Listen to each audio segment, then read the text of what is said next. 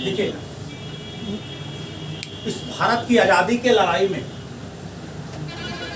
सबसे बड़ी स्थिति यही देखने को मिलती है कि यहाँ पे गरम दल और नरम दल दोनों लोगों का कार्य केवल और केवल भारत को आजाद कराने, तरकीब अलग थे। देश को आजाद कराने के जो तरकीब थे दोनों के अलग अलग थे। एक गरम दल वाले थे जो चाहते थे कि किसी तरह अंग्रेजों को यहाँ से मार भगाया जाए, और दूसरे नरम दल वाले थे जो प्रेम से चाहते थे कि बिना हत्याएं यानी अहिंसात्मक तरीके से अंग्रेजों को भारत से मुक्त कर दिया जाए। अब जानते हैं कि 1885 में कांग्रेस की स्थापना होती है एलन एक्टोवियम हुम द्वारा, और एलन एक्टोवियम हिम ने न केवल यह कांग्रेस की स्थापना किया बल्कि अपने प्लानिंग के अनुसार कि भारत में फिर से 1857 जैसा विद्रोह न हो, इसके लिए यह प्रोग्राम किया था। और कांग्रेस की स्थापना अंग्रेजों ने अपने सुरक्षा के बल के लिए, अपने सुरक्षा के लिए किया था। इससे ये पहले चैप्टर में कर चुका हूं, और लगातार आप जानते हैं कि कांग्रेस का अधिवेशन हो रहा था और उसमें सारे भारतीय नेतृत्वकर्ता पहुंच करके अपनी अपनी बातों को अंग्रेजों के सामने रखते थे। हालांकि अंग्रेज सभी बातों को मानने के लिए कोई तैयार नहीं थे, लेकिन भारत में कोई आंदोलन फिर से 1857 जैसा न उभरे, इसके लिए यह कांग्रेस की स्थापना कर अंग्रेज अपना सेफ्टी बल बना लिए थे, सेफ्टी लैंप का आविष्कार कर लिए थे। तो यहां पर हम देखते हैं कि लगातार आंदोलन हो रहे हैं। 1907 में सूरत अधिवेशन में गरम दल नरम दल अलग भी हो जाते हैं, जो ताप्ती नदी के किनारे हुआ था। और अंग्रेजों की मंशा केवल यही थी कि भारत को किसी तरह कमजोर करके रखा जाए ताकि अंग्रेजों को भगाने की मुहिम किसी भी परिस्थिति में न आए। यही तो कारण था कि कांग्रेस की स्थापना 1885 में हो जाने के बावजूद भी मुस्लिमों को अलग करके, और सीधे सीधे अंग्रेजों ने कहा था कि यहाँ पर मुस्लिम बड़ी दिनों तक राज किया है, कई 100 वर्षों तक राज करते आया है, हम लोग अब छोड़ देंगे ना तो तुम लोगों का राज ना रहेगा। उसने कहा कि सुनो, भले 85 में हुआ है कांग्रेस की स्थापना, अपनी मनी छुपौआ दिखाने के लिए मुस्लिम को रखा गया है। तुम लोग एगो काम करो, सब के सब मिलकर के मुस्लिम एगो नया दल, एगो नया पार्टी अलग बनाओ, हम तुम लोगों को ज्यादा व्यवस्था देंगे। अब अंग्रेजवा का फेर में पड़ करके मुस्लिम लोग 1906 में एगो मुस्लिम लीग, मुस्लिम पार्टी की स्थापना कर। कहां पर? बांग्लादेश की राजधानी ढाका में।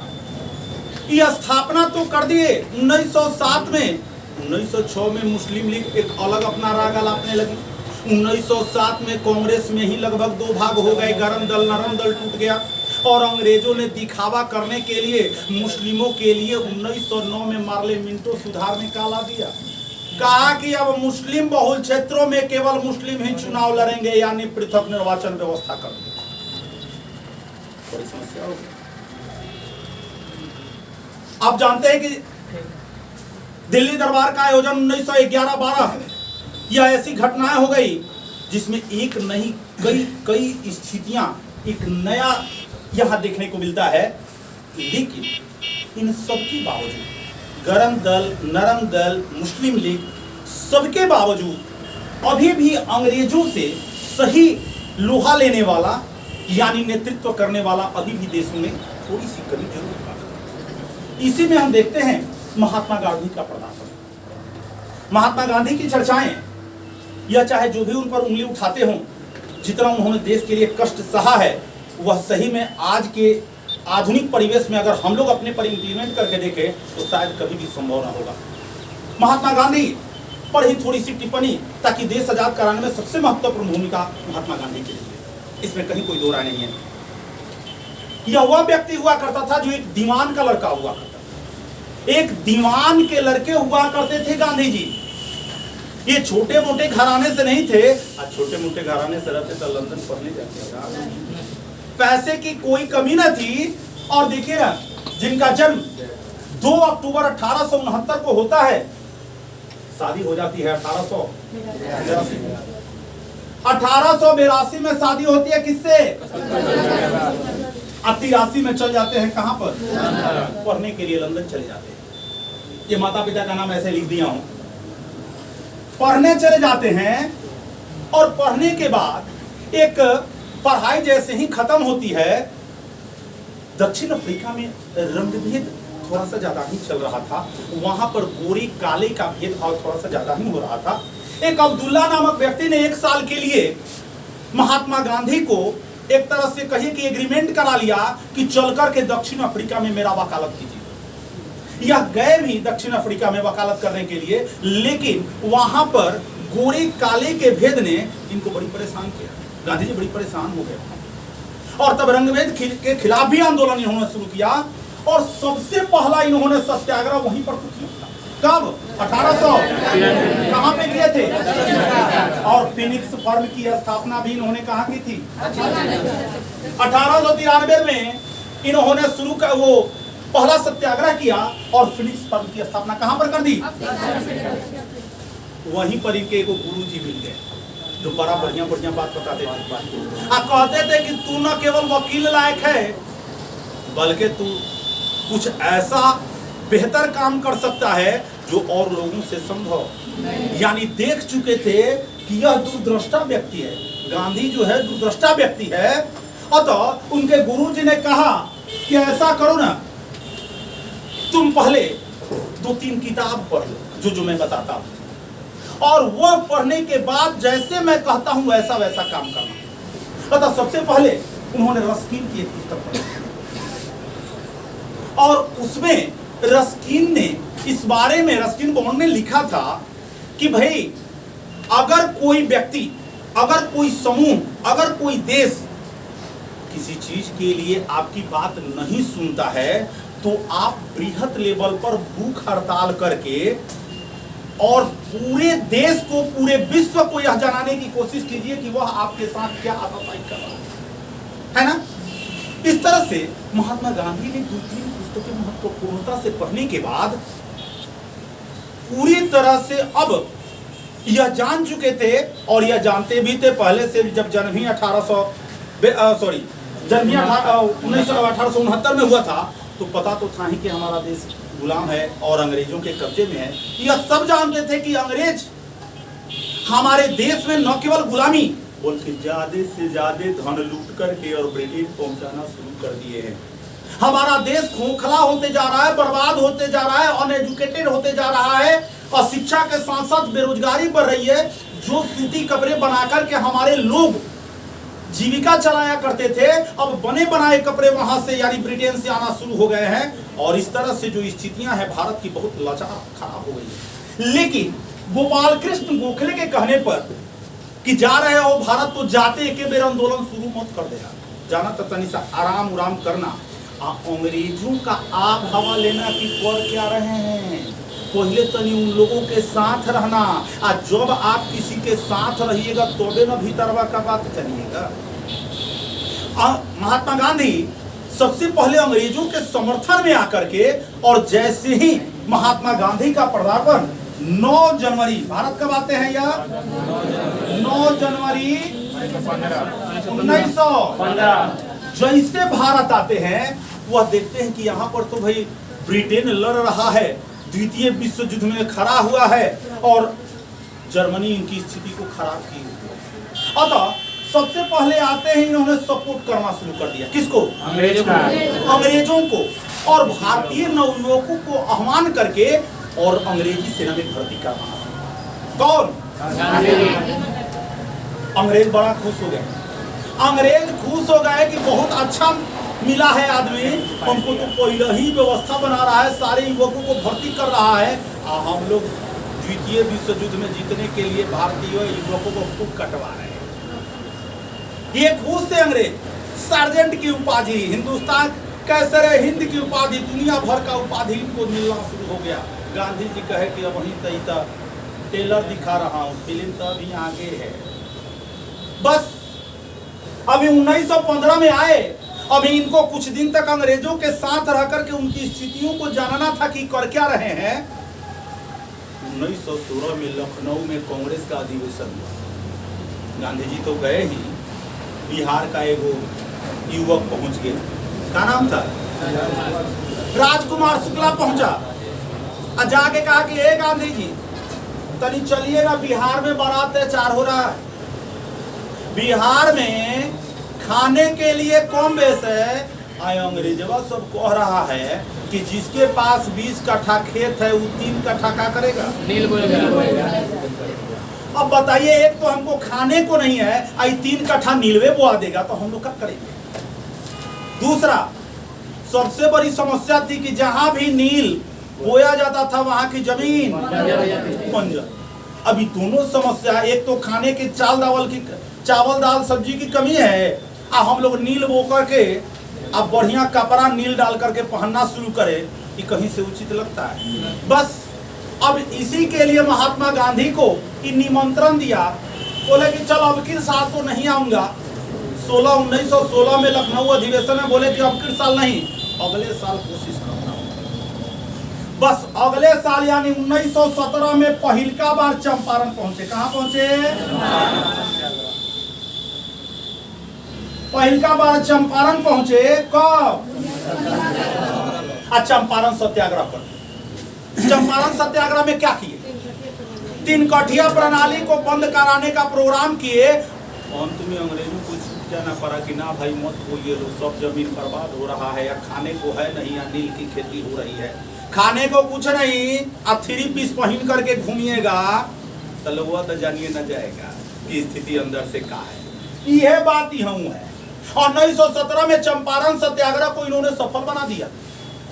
मतलब महात्मा गांधी का पहला आंदोलन दक्षिण अफ्रीका में, और महात्मा गांधी का पहला भारतीय आंदोलन चंपारण सत्याग्रह में हुआ। आप लोगों को बताया हूँ, पिछले क्लास में लिखवाया हूँ, खेरा में किए आंदोलन कब, और अहमदाबाद में मिल मजदूर जो थे वो कह रहे थे कि अब हम प्लेग बोनस नहीं देंगे। प्लेग फैल जाता था ना, तो प्लेग फैल जाता था, बाद में प्लेग बंद हो गया तो और कह रहे थे कि हम लोग प्लेग बोनस, तो महंगाई भत्ता दे ही नहीं रहे थे। अब प्लेग बोनस जो मिल रहा था उसको बंद कर रहे थे। गांधी जी ने ऐसा व्यवस्था बनाया कि अंततः अहमदाबाद मिल मजदूर में क्या हुआ जी, मिल मजदूर आंदोलन कब हुआ? 1900 भी सब। देखिए, गांधी जी आए 15 में, 16 में कांग्रेस का अधिवेशन में भाग लिए, राजकुमार शुक्ला जी का बुला लिया। 17 में चंपारण सत्याग्रह सफल, 18 में खेरा सफल, 18 में ही मिल अहमदाबाद में मिल मजदूर सफल। अब बताइए, जो आप हैट्रिक लगातार लगाइएगा तो तनी मन बढ़ जाएगा कि नहीं बढ़ जाएगा? ये तो तराइन का युद्धवा वाला हाल है। 1191 के तराइन के प्रथम युद्ध में जैसे ही पृथ्वीराज चौहान थोड़ा ही बहुत लड़कर के जब मोहम्मद गोरी से जीत जाते हैं, कहते हैं कि अब तो हम विदेशी को हरा देते हैं, हमारे सामने उसका सैनिक टिकेगा। एक के बार भाग गया, पूरा भारत में वो आक्रमण किया था, जीत रहा था, हमारे सामने टिक नहीं पाया, भागिए गया। मन में तनी घमंड हो गया था। 1192 में आता है, आई बड़ा आराम कर रहे होते हैं पृथ्वीराज चौहान, जिसे राय पिथौरा भी कहा जाता है या पृथ्वीराज विजय के नाम से भी जाना जाता है। वही पृथ्वीराज चौहान को 1192 के तराइन के द्वितीय युद्ध में वही लड़कर के ऐसा व्यवस्था बनाया कि न केवल हराया, पकड़ कर के आंख मुंह घोंप के मुआ दिया। काहे कि शब्द भेदी बांध भी तो चलाया करते थे ना, बड़ी समस्या हो गई। वही हाल यहाँ भी होया, 3 युद्ध जीते। अब 3 युद्ध जीत गए, सॉरी 3 सत्याग्रह यहाँ पर ये जीत गए, सफल बना लिए, तो अब कहे कि अब क्या करेंगे। अब तब तक अंग्रेजों ने क्या किया कि इधर 18 तक द्वितीय विश्व युद्ध का अंत हो गया था 1918 में। 1919 में वर्साई की संधि के तहत रफा दफा हो गया द्वितीय विश्व युद्ध। जैसे रफा दफा हुआ, भारतीय तो बड़ी उग्र हो गए, भारतीय युवा अब कहे कि अब हम लोग बड़ा सहयोग किए हैं तुम्हारा, यानी अंग्रेजों का द्वितीय विश्व युद्ध में, अब हमको तनी आजाद ना कर छोड़। अंग्रेजों ने कहा कि यही के लिए हम लोग तुम्हारा साथ छोड़िए देंगे तो ये हाथना जो सोने की चिड़िया कहाता है, ये जहाँ डाल डाल पर सोने की चिड़िया करती है बसेरा, उस देश की मिट्टी सोना उगले उगले, इतना सोना छोड़कर हम चले जाएं। कहा कि तू लोग ढेर अब अगर आने लगा है तो सुन, अब एगो नियम लगा देते हैं। सर सिडनी रॉलेट को एक न्यायाधीश था रिटायर, सर सिडनी रॉलेट को कहा कि सुनो, जाकर कर तनी देख भारत का युवा जो जवान का लड़कवा है सब तनी ज्यादा ही अंग्रेजों को परेशान कर रहा है। उसने आया और कह दिया कि बिना अपील, बिना वकील और बिना दलील, माने जिसको जब मन करे, जहां से मन करे, जैसे मन करे गिरफ्तार कीजिए, जेल में बंद कीजिए, पीटिए, जितना दिन मन करे उतना। माने इसका कोनो नियम कानून, यही से कानून को क्या कहा गया? अंधा कानून कहा गया, काला कानून कहा गया। अब ये रॉलेट एक्ट कब आया था? ऊपर लिखूं क्या है? या फिनिश फॉर्म हटा करके रॉलेट एक्ट लिखता हूं यहां से, अब यहां से लिखता हूं रॉलेट एक्ट। हाँ, यहां हटाना पड़ेगा। रॉलेट एक्ट कब आया था? समस्या क्या थी? अब तब तक घटना ना हो गया एगो, लो मोहरे फिनिश फॉर्म हटा दे रहा हूं। अब घटना क्या हुआ? लोग कहे कि नहीं, हम लोग द्वितीय विश्व युद्ध में, पहला विश्व युद्ध में यही खातिर सहयोग किए हैं कि जब जिसको मन करे, जहां मन करे उठवा ले, पिटवा ले, जेल में बंद कर दे। सब लोग कहे कि सुनो जी, इकट्ठा हो जाना है हम लोगों को। पंजाब के खास करके सारे नेता और सारे लोग कहे कि हम लोगों को एगो जॉली नामक व्यक्ति का बगीचा है जो बड़का चुकुर है ढेर, वही में इकट्ठा होना है। कहिया? जॉली नामक व्यक्ति के बगीचे में इकट्ठा किस दिन होता है? 1900 लीजिए, अप्रैल तो लिखा नहीं, 13 अप्रैल 1900 इकट्ठा हो जाना है। आज अंग्रेजों को क्या करना है? भगाने के लिए प्रोग्राम चलना है। बैसाख पूर्णिमा का दिन था, लेकिन अजीब भारतीय भी चमचे हुआ करते हैं। इतना बड़का कोनो कोनो चमचा होता है ना भारतीय कि आप सोचिएगा नहीं। तो एक गोरा था, क्या नाम था? हंसराज। गया आया जाके वहां का जो गवर्नर जनरल था, कौन था? जनरल डायर को जाके कहा कि देखिए, आपके माना करने के बाद कि इकट्ठा मत हो ये लोग, और सब 13 तारीख को इकट्ठा होगा। सब क्या सोच रहे हैं? बोला कि सोचना नहीं है, अब फिर तो उपाय हम करेंगे। मना कर दिए ना, कह दिए है ना कि इकट्ठा नहीं होना है, कर्फ्यू लगा दिए है ना। अब फिर देखिए क्या करते हैं। जैसे सूचना मिला, 13 अप्रैल के 3 दिन पहले पंजाब के दो बड़ा नेता महत्वपूर्ण थे, बड़ा प्रसिद्ध थे। क्या नाम था? डॉक्टर सत्यपाल और किचलू। इन दोनों नेताओं को 10 अप्रैल को अरेस्ट कर लिया गया। बस और लोग उग्र हो गए। अब 13 अप्रैल को इकट्ठा होकर के अंग्रेजों के खिलाफ आंदोलन के मूड में थे। तो अब तक तो जनरल डायर पहुंचिए न गए। कहा जाता है कि इतना गोली चलाया कि जब तक कि उसके सारे सैनिकों के पास पूरी गोली खत्म न हो गई। श्री की लगातार 1600 गोलियां चलाते रह गया। हजारों हजार की संख्या में लोग मारे गए, खून की नदियां बहने लगी, चारों तरफ लाश बिछ गए। और ऐसा कारतूत विश्व के देशों ने कभी कोई नहीं देखा था जिस तरह से अंग्रेजों ने भारत में किया। लोग छलनी हो गए थे। और उसी में एक छोटा बच्चा उधम सिंह अपने पिता का देख रहा था, अपने पिता के हत्यारे को, और कसम खाया कि जिस तरह से मेरे पिता को इसने हत्या किया है, इन मौका मिलेगा तो मैं भी, मौका मिलेगा तो हम बता देंगे। और 40 में जाकर के ठोका लंदन में। किसको? General Dyer. चलिए वो 40 वाली बात अभी छोड़िए, अभी 1920 में हम चलते हैं। अब महात्मा गांधी ने 3 वो किए हैं। अब कह रहे हैं कि अब सुनो, अब अंग्रेजों को हम लोग जल्दी से यहाँ से भगा देंगे। हम लोग सबसे अच्छा काम करेंगे कि सबका सहयोग नहीं करेंगे, कोई काम नहीं करेंगे। अंग्रेजों का कोई काम नहीं करना है। अंग्रेजी ऑफिस में है, काम बंद कर दीजिए। सर्विस में मत न जाइए, उनका कोई काम आता है आप मत कीजिए। और सब लोग अंग्रेजों का सहयोग करना बंद कर, असहयोग करना बंद कर दे, माने असहयोग करें। इसके लिए आंदोलन चलाएं तो उसको क्या कहा जाएगा? असहयोग आंदोलन। असहयोग है ना। असहयोग आंदोलन कब शुरू किए? 1920। ये जी अंग्रेजवा सब तो बड़ा टेक्नोलॉजी में आगे था, बड़ा गोली न चलाने लगा। गोली चलाने के साथ साथ भी 1920 से 22 तक खींच गया। 17 से 17 में देखिए, 17 चंपारण 17 में फाइनल, 18 खेरा 18 में फाइनल, मील मजदूर 18 में फाइनल। लेकिन 20 का सहयोग आंदोलन चलते रहा 22 पहुंच गया। गांधी जी बहाना खोज रहे थे कि कौन बहाना खोजे। आपको अगर लड़ाई करने के लिए बहाना खोजना हो तो कोई बड़ी चीज थोड़े है, और कुछ नहीं तो केहुनिया थोड़ा सा किसी से शादी एक बार नहीं 2-3 बार कीजिए ना, अपने उठ करके वो तैयार हो जाएगा। आपको फिर लड़ाई करने की ज्यादा जरूरत नहीं। अब गांधी जी सोच रहे थे कि क्या करें, हम इसको बंद कैसे करें। तब तो पूरे भारत में फैल गया असहयोग आंदोलन। सब लोग कह रहे थे कि अंग्रेजों का सहयोग नहीं करना है। अब तो लोग उग्र होने लगे, कहते कि नहीं करेंगे। चौक चौराहा पर बैठ जाते थे, कहते थे कि अंग्रेज आ रहा है, हजामत बनाने नहीं बनाएंगे हम, अंग्रेजों का नहीं बनेगा। इसके लिए आंदोलन शुरू हो गया, चौक चौराहे हर जगह पर पूरे भारत में शुरू हो गया। और अंग्रेजों की तबीयत खराब होने लगी तब तक। लेकिन एक घटना हो गया, ऐसा ही रहे थे चौरी चौरा में असहयोग आंदोलन जब चल रहा था।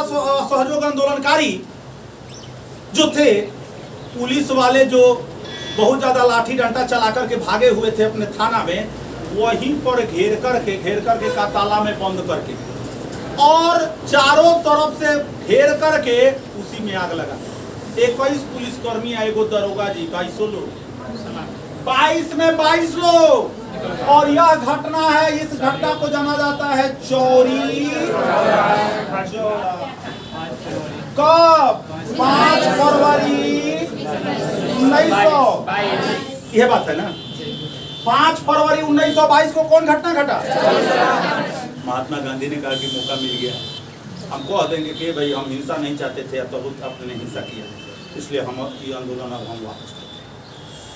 गांधी जी कहे बात उहे किए, एक सप्ताह बाद कहे कि जी भाई हम असहयोग आंदोलन वापस लेते हैं असहयोग आंदोलन। एक सप्ताह बाद कब खत्म हो गया असहयोग आंदोलन? 22 में खत्म हो गया। लेकिन सारे लोग खिसला गए, सब लोग खिसला गए। पूरा नेता लोग कहने लगा कि तो राजनीति का बकरी आदमी है गांधी जी। हम लोग तो समझ रहे थे कि बड़ा निमन आदमी है, देश आजाद करा देगा, लेकिन इससे होने वाला नहीं। अब सारे लोग कह रहे कि बताइए, जवाहरलाल नेहरू ने कहा कि हो जम्मू कश्मीर में अगर कहीं पे आग लगी हो, कोई घटना घटी हो, तो उसका अंजाम हो तमिलनाडु के कन्याकुमारी को क्यों भोगना पड़ेगा? वहां पे लोगों को क्यों इसको बंद क्यों किया गया? सुभाष चंद्र बोस ने कहा कि राजनीति का बकरी आदमी है, ठीक ठाक नहीं। पूरे भारत में इनकी ठोकर होने लगी, समस्या हो गई। अब गांधी जी को जब देखा है अंग्रेजों ने, बेचारे ये अहमदाबाद में थे, गुजरात में थे, जब अंग्रेजों ने देखा कि गांधी जी वैसे सब लोग खिसलाए हैं, बस 10 मार्च को अरेस्ट कर। कब? 1900 गिरफ्तार। किनको? ए जी तक गिरफ्तार हो गए। 6 साल की सजा सुना दिया कि आप ही ना शुरू किए थे असहयोग आंदोलन, आप ही के चलते रहो 22 लोग मरा है, इसलिए आप जाते हो। ना मारने में थे, न चलाने में थे, ना कुछ करने में थे। बेचारे को कई साल की सजा हो गई? 6 साल की सजा, गिरफ्तार कर लिया गया। कब? 1900। बड़ा समस्या हुई, तबीयत तनी खराब हो गई, अब तनी डरामो करना शुरू किए गांधी। तबीयत किसी का देखिएगा, तबीयत खराब हो जाता है तो क्या करता है? थोड़ा सा तबीयत खराब हो गया, बाप ऐसा हालत हुआ है, अब हमसे उठा है। कोनो तो आलसी होता है, तो सोचता है कि यही तबीयत बहाने अगर हमारी ड्यूटी नहीं जानी है 4 दिन तो हमें ही हमारे तबीयत का बहाना में। पहले जानते हैं खेत जोतनी होता था बैल से, तो लोग जाते थे बाजार में बैल खरीदने, तो पहले लोग देखते थे कि कहीं बैल परुआ बैल नहीं है। जानते हैं परुआ बैल क्या करता है? जो इससे हर बैल देखेगा खेतवा में पटा करके पैर पूरा हिलाना ऐसी करेगा, छटपटाने लगेगा। अब लोगों को लगेगा कि भाई इसका क्या हो गया, तबीयत खराब हो गया, अब इसको यहाँ से निकालो, हटाओ। तो वो हाल कभी कभी होता है। गांधी जी का तनी तबीयत तक खराब हुआ ही था, हकीकत है, लेकिन तनी और खाना पीना त्याग दिया और कहे कि अब हम मर जाएंगे। अब मर जाएंगे तब तो अंग्रेज घबरा गए कि ये तो मर जाएगा ना, तो पूरा भारत ही नहीं पूरा विश्व का देशवा कहेगा कि देखो है आदमी जो हिंसा कभी नहीं किया, जो अंग्रेजों का समर्थन किया द्वितीय विश्व युद्ध में बहाली करा करके, आई सब समर्थन करने वाले कोई भूखे मुआ दिया है सर, इसको बाहर कर। अंग्रेजों ने जैसे बाहर करने की कोशिश किया, गांधी जी ने कहा ये तो हम चाह रहे बाहर करके देखना, बस जैसे बाहर किए 1924 में कहे कि मौका मिल गया है कांग्रेस में फिर जाने का। अब जैसे कांग्रेस में गए कहे कि अब फिर हम कहाँ रहेंगे, सब लोग अध्यक्ष चुन लिए। कर्नाटक के बेलगाम में हुआ था, कहाँ हुआ था, कब हुआ था, 1924। एक के बार रुकबे हुए। ध्यान रखे एग्जाम में जब क्वेश्चन पूछता है तो पूछता है कि कितनी बार बने थे, एक बार बने थे। एक पहली और अंतिम बार कब बने थे, कहाँ पर बने थे, कर्नाटक के। अब वहां तो अध्यक्षता कर लिए, सब लोग जान गया। अब गांधी जी कहे कि भाई अब हम क्या करें, अब जल्दी आंदोलन हम करेंगे नहीं, 22 में खत्म किए हैं, 24 में रिहा हुए हैं, अब आंदोलन करेंगे तो सब असफल हो जाएगा, तब देशवा वाला कहेगा कि खाली आंदोलन करता है, इसका सफल ऊपर नहीं होता है।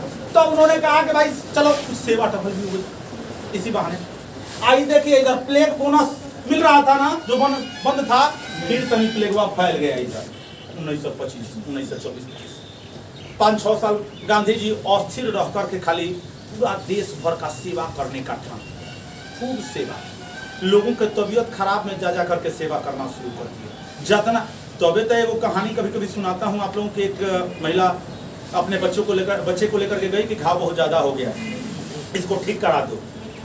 तो गांधी ने कहा कि भाई डॉक्टर तो नहीं हूँ, लेकिन अब लोग विश्वास करने लगे हैं कि बड़ा लोग का तबीयत ठीक कराते हैं, लोग घाव पहुँच करके साफ करके दवाई वाई देकर बड़ा व्यवस्थित किया करते थे।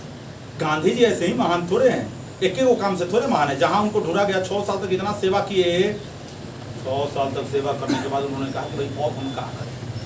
और लगातार ईश्वर जो है अपना अंग्रेज नया नया नियम कानून, साइमन कमीशन की 27 में नियुक्ति कर दी। साइमन कमीशन 27 में नियुक्ति हुआ, 100 से बताता हूँ। साइमन 27 7 सदस्यीय श्वेत है ना, 7 सदस्यीय श्वेत थे, सबके सब अंग्रेज ही थे, इसमें कोई भारतीय नहीं था। आना था 1919 के 10 साल बाद 1929 में आ गया, कब 1927 में, 2 साल पहले ही आ गया। गांधी जी सोच रहे थे कि सबको कैसे ठीक किया जाए। अंग्रेज नया नया टैक्स लगाते थे भारत पर कि जितना हो सके सबसे लूट लिया जाए। अंत में उन लोगों ने नहीं वो नया एक उपाय किया कि अब नीमकों पर कर लगाया जाए ताकि नीमक पर ज्यादा से ज्यादा पैसा आए। बस नीमक पर भी कर लगाए। गांधी जी ने कहा कि काम करते हैं, बड़का चीज पर कर लगा, वो आंदोलन करने से अच्छा है कि यही पर कुछ काम कर लिया जाएगा। बस वही शुरू हो गए गांधी जी। गांधी जी कहे कि हम तुम्हारा बनाया हुआ नीमक पर लगाया हुआ कर को नहीं मानेंगे, आप विनय के साथ नहीं मानेंगे। आज चल रहे हैं तुम्हारा नीमक का तोड़ने के लिए। अहमदाबाद साबरमती आश्रम से चल दिए डांडी के लिए। कहाँ चल दिए? डांडी के लिए चल दिए, डांडी के लिए चल दिए। 24 मार्च 24 मार्च लिखा हो ना, 12 मार्च से 6 अप्रैल है ना, 6 अप्रैल 12 दूनी 24 हो गया था। तो ये डांडी मार्च के लिए चले। जानते हैं जब ये चले थे, शुरू किए थे, तो मेरा ही हाल इनका भी था, ऑफिस में पढ़ा देना शुरुआती में। इनका भी वही हाल हुआ। 78 को आदमी इनके साथ चले साबरमती आश्रम से। अब जो डांडी पहुंचेगा 6 अप्रैल, कब पहुंचे? 6 अप्रैल को जैसे ही डांडी पहुंचते हैं, 30,000 से अधिक लोग इनके साथ दिखाई। पीछे देख रहे हैं तो 78 आदमी को लेके चले थे। कितने लोग हो गए? गांधी जी दूरदृष्टा थे। लोग कह रहे थे कि नीमक के लिए आंदोलन करने जा रहा है, सोना दहाई जाए, कोयला पर छापा, भारत का सारा सोना अंग्रेज ले जा रहे हैं, आई टैक्स 2-4 पैसा लगा दिया है नीमक पर, तो इसके लिए आंदोलन। गांधी जी दूरदृष्टा इसलिए थे कि नमक ही एक ऐसी चीज होती है जो सबसे गरीब, रिक्शा ठेला चलाने वाले से अंतरी मंतरी संतरी सारी चीज होता है ना, वो चाहे मध्यम वर्ग हो, गरीब वर्ग हो, धनी वर्ग हो, जो वर्ग हो, नमक तो सबको चाहिए। और उसके लिए इन्होंने आंदोलन किया। और जब उसके लिए इन्होंने आंदोलन किया, सारे लोग ना इकट्ठा होना शुरू हुए, 78 से 20,000 से ऊपर। गांधी जी ने देखा कि 22 में खत्म कर दिया था, कौन? असहयोग। 22 में असहयोग खत्म कर दिया था, और उसके बाद से 8 साल हो गया, अभी तक कोनो आंदोलन। अभी इकट्ठा कई आदमी हो गया है, 20,000 से ज्यादा। कहा कि तक कुछ काम करवाइए लिया जाए। कहे कि भाई अब हम अंग्रेजों के खिलाफ फिर से आंदोलन शुरू करते हैं। अब कैसे आंदोलन होगा सो जान लिए, विनय के साथ सविनय। आज्ञा को नहीं माना, अवज्ञा, और उसके लिए आंदोलन करें। सविनय अवज्ञा आंदोलन शुरू कर दिए। कब? 6 अप्रैल को शुरू कर दिए, 1930। 6 अप्रैल 1930 क्या शुरू कर दिए? सविनय अवज्ञा आंदोलन गांधी जी ने शुरू कर दिया। आप कहे कि अब हम विनय के साथ सविनय, आज्ञा को नहीं अवज्ञा, इसके लिए आज सब लोग मिलकर आंदोलन करेंगे। यानी हम प्रार्थना करते हैं, विनती करते हैं, गोर लगते हैं आपका कि हम आपका बात विनय के साथ। अब क्या कीजिएगा? आप लाठी डंडा बरसाइएगा। जो आपका पैर पड़ रहा हो कि हम आपका काम नहीं करेंगे, तो क्या गोली मार दीजिएगा क्या तुम्हारा काम, तुम हम मेरा काम क्यों नहीं करोगे? गांधी जी वही अपना और आंदोलन शुरू कर दिया। वही में आप जानते हैं ना, मैकडोनाल्ड वहां बैठा हुआ है। कहां पर? इंग्लैंड में। ब्रिटेन का प्रधानमंत्री, और यहाँ पर गवर्नर जनरल, यानी भारत का सबसे सुप्रीमो जो हुआ करता था, गवर्नर जनरल के नाम से जाना जाता था, इस समय कौन था? इरविन था, लॉर्ड इरविन। अब लॉर्ड इरविन जो था, सविनय अवज्ञा आंदोलन से बड़ा परेशान तो हो ही गया। रामजे मैकडोनाल्ड ने कहा कि सुनो, 3 गो गोलमेज सम्मेलन का आयोजन, तो एक गो हुआ था, लेकिन नहीं सफल नहीं हुआ, तो लगातार 1930 में पहिल का गोलमेज सम्मेलन। कब? गोलमेज। अरे गोल वाला मेज फिल्मों में नहीं देखते हैं, सारे पुलिस अधिकारी चारों तरफ से बैठ जाते हैं, एक दूसरे से मुंह में मुंह मिलता है, तो उस पर डिसीजन होता है कि क्या किया जाए। बस मैकडोनाल्ड ने कहा कि इरविन, प्रधानमंत्री वो था ना जी, मैकडोनाल्ड बोला कि सुनो, इरविन से कहा कि भेज दो गांधी को पहिल का गोलमेज सम्मेलन में। गांधी जी से बोला भी, इरविन ने जाकर के कहा कि चले ना जाइए, बुला रहा है मेरा सुप्रीमो, जो सबसे सुप्रीमो है आज के डेट में, विश्व में सबसे अग्रणी है। आज जाइए, आपको भेंट करने के लिए बुला रहा है। एक बार भेंट कीजिएगा तो आपको भी लगेगा कि कहाँ पहुँचता उठता है, आप कभी जो देखे नहीं होंगे वो। गांधी जी का की कहे कि हमको सब नहीं चाहिए। ये पहिल का गोलमेज सम्मेलन 1930 में बुलाया जरूर, 1930 में बुलाया, लेकिन ये नहीं गए। जाने वाला कौन थे? भीमराव अम्बेडकर चले गए, तेज बहादुर सप्रू चले गए। कहे कि इसका क्या करें, ये कह के लिए आया, इसका कौन बात मानता है? भारत में, भारत में गांधी जी का बात सुना जाता है, उसको तो तू भेजा ही नहीं। इरविन जो गवर्नर जनरल था भारत का, कहता है कि उसको कहा था भेजने के लिए, तू कहाँ रह गया, उसको कहाँ छोड़ दिया, गांधी को भेज। अब क्या किया? कह रहा है कि फिर हम कर रहे हैं 1931 में। गांधी जी बात नहीं आया ना, तो लाइन हाजिर करेंगे तुम्हारा। किसका करेंगे? लॉर्ड इरविन का। अब नौकरिया मान लीजिए कि छूट जाएगा, तब तनी डेरा के कौन? Governor general. कहीं भेजा तो वही ना था जी। लॉर्ड इरविन ने कहा कि गांधी सुनो, इधर क्या कह रहा है, कौन बात मानना है तुम्हारा?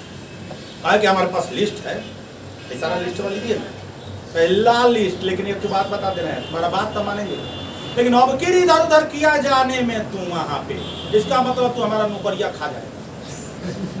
तू जो कहेगा हम सब मान लेंगे, हम सब तैयार हैं तुम्हारा बात मानने की। गांधी जी ने पूरा लिस्ट कहा कि जब मानना ही है तब पूरा लिस्ट कहा गया, हम नीमक उमक पर कर नहीं लगाना है, शराब नहीं बेचवाना है, रोजगार की व्यवस्था करनी है, विदेशी कपड़ा नहीं यहाँ पर बेचवाना है, और साथ में राजनीतिक कैदी जो है सब लोगों को छोड़ देना। वो राजनीतिक कैदी में भगत सिंह भी। अब राजनीतिक कैदी न होकर के वो बम न चलाए थे भगत सिंह, तो राजनीतिक कैदी नहीं थे, तो उसके नजर में चमकी थे ना अंग्रेजों के जब समय में। वो बात की बात। अभी 1931 में गांधी जी को बहला फुसला करके इरविन कहां भेज दिया? वहां पे जैसे गए, रमजे मैकडोनाल्ड ने कहा कि रोको ना, अभी तो मुस्लिमों को तोड़ रहे थे, आखिर दलितों को तोड़ रहे थे। कहा कि सुनो गांधी, हम तुम्हारे भारत में अच्छा नियम एक लगा रहे हैं। बोले तो बताइए। आता मुस्लिम के लिए तो पृथक हो ही गया, अलग निर्वाचन होगा ही। देखो अलग जैसा होगा देखा जाएगा, बाद में देशों दे दिया जाएगा। दलितों के लिए भी अलग, दलित वर्ग के लिए भी अलग हो जाएगा, पृथक निर्वाचन क्षेत्र होगा। और धीरे धीरे देखा जाएगा, परिस्थिति जैसी आएगी अलग देशों के लिए हो जाएगा। गांधी जी ने कहा कि यही कहते बुलाए, हमारा देशवा तोड़ने के लिए आप बुलाए। अरे हम मर जाएंगे तो बे देश अलग होगा, एक को टुकड़ा नहीं होगा, कौनो देश नहीं बनेगा। भारत और खंड भारत ही रहेगा जब तक हमारा लाश नहीं निकल जाता है यहाँ से। अभी गांधी जी के बतौर सुनकर के बड़ा परेशान हुआ। कहा कि 1932 में दूसरा गोलमेज सम्मेलन हुआ, गांधी जी बात नहीं माने चले। इरविन ने कहा कि प्रधानमंत्री का बतवा नहीं माना, हम तुम्हारा भी बतवा नहीं। आधा माना आधा ऐसे ही इनका छोड़ दिया। 33 में फिर कहा कि भेजो, 1932 में तीसरे गोलमेज सम्मेलन में फिर कहा कि भेजो ना, उसका बतवा मनवा ले गांधी जी से। इरविन ने कहा कि अरे ये तो ऐसा लफड़ा किया है यहाँ पे सविनय अवज्ञा आंदोलन कि हम जौन काम कह रहे हैं उसके उल्टा ही काम कह रहा है कि हे माई बाप, हम प्रार्थना करते हैं कि हम आपका काम नहीं करेंगे, आपकी आज्ञा को नहीं मानेंगे। यानी सविनय के साथ अवज्ञा। हम तो अपने रो रहे हैं, अब का भेजे इसको, अब जो मन करे सो आप कीजिए, ये जाने वाला नहीं है। लेकिन मौका मिलते ही 1932 में इसको अरेस्ट कर दिया गांधी जी। ये भी सोच ही रहा था इरविन कि मौका मिले इनको अरेस्ट कर लें। अरेस्ट करके और अब बात हुआ, भीमराव अंबेडकर ने कहा कि भाई तब दलित के लिए अलग एक देश दे दीजिए। गांधी जी ने बुलाया, कहा कि अलग देश चाहिए तो अलग देश लेगा ना, अलग देश लेगा कि क्या करेगा बता कि गरीबों का एक देश तू बना करके अमीर बन जाएगा। ऐसा कर, यही देश में रहो, अब तुम्हारे लिए थोड़ी सीट ज्यादा दे दिया जाएगा, आरक्षण कर दिया जाएगा। अब वही पूना के जेल में भीमराव अंबेडकर और गांधी जी के बीच क्या हो गया? हाँ, एक पैक्ट हो गया, एक संधि हो गया। और उसी को पूना पैक्ट के नाम से कब हुआ था? कौन हुआ था? हुआ था ना? ए जी, लंबा लड़ाई चला। फिर 32 से शुरू किए सविनय अवज्ञा आंदोलन, 34 तक चला। इसके बाद तो फिर 40 में अब व्यक्तिगत रूप से होने लगा। जवाहरलाल नेहरू व्यक्तिगत रूप से पहला और विनोबा भावे शुरू कर दिए सविनय अवज्ञा आंदोलन को, व्यक्तिगत रूप से, व्यक्तिगत सविनय सत्याग्रह ऐसे कर 1940 में। अब तब तक आप जानते हैं कि 1939 में हो गया था ना। अब अंग्रेजों पर दबाव आने लगा कि भारत को छोड़ दोगे तभी भारत तुम्हारे साथ रहेगा। और तो 1940 में क्या आ गया? अगस्त प्रस्ताव, अगस्त में आया था। अब 42 में क्रिप्स मिशन, 42 में क्रिप्स मिशन, और 1942 में ही अंतिम आंदोलन चला था। कौन था? भारत छोड़ो आंदोलन। कौन था? क्विट इंडिया मूवमेंट, यही चला था ना। और भारत छोड़ो आंदोलन एक ऐसा अंतिम आंदोलन था जो देश आजाद करा करके ही जम लिया। और गांधी जी यह जानते हुए भी किसमें हिंसाएं हो रही है, बावजूद इससे बैक नहीं हुए, पीछे नहीं हुए। और अंततः देश भले ही 2 टुकड़ों में 14 अगस्त 1947 को टूट गया, लेकिन अंततः देश को आजाद कराने में अहम भूमिका निभाने वाला 1942 का भारत छोड़ो आंदोलन 15 अगस्त 1947 को पूरी तरह से देश।